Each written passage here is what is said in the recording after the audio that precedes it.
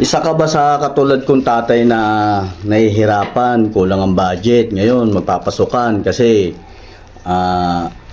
walang pambili notebook, di ba?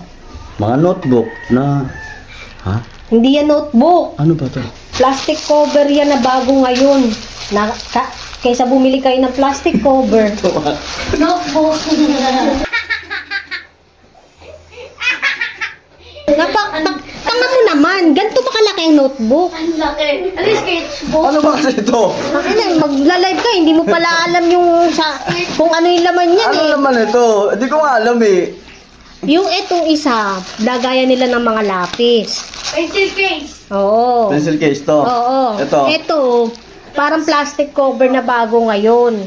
Transparent. Ano siya? Self-adhesive. Set. Ang notebook ah. Akala ko notebook. 30 pieces after. Ay, hindi. 10 pieces. 10 pieces na. Magkano ganito? Isa lang. Kumbaga, Siyempre, tatlo kasi binili ko. kumbaga mabilis lang siya ibalot sa notebook. Ganun. Oo. Tapos, 24 pesos. Depende sa size kung anong kukunin nila. Ben, di ko na maintindihan.